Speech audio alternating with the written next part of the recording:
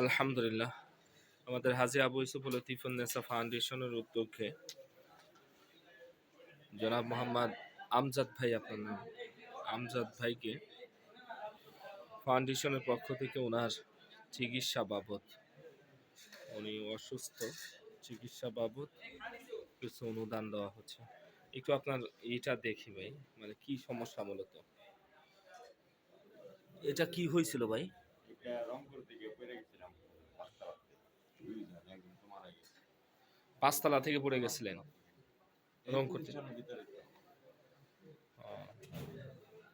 যাক, এটা আমাদের হাজী আবু ইউসুফ লতিফুন নেসা ফাউন্ডেশনের পক্ষ থেকে আপনাকে অনুদান দেওয়া হয়েছে। আর অনুদানটা দিয়েছে জনাব মোহাম্মদ আইয়ুব মেম্বার সাহেব, হাজী মোহাম্মদ আব্দুল কাইয়ুম সাহেব, জনাব হাজী মোহাম্মদ দেলোয়ার হোসেন সাহেব, জনাব আসলাম সাহেব।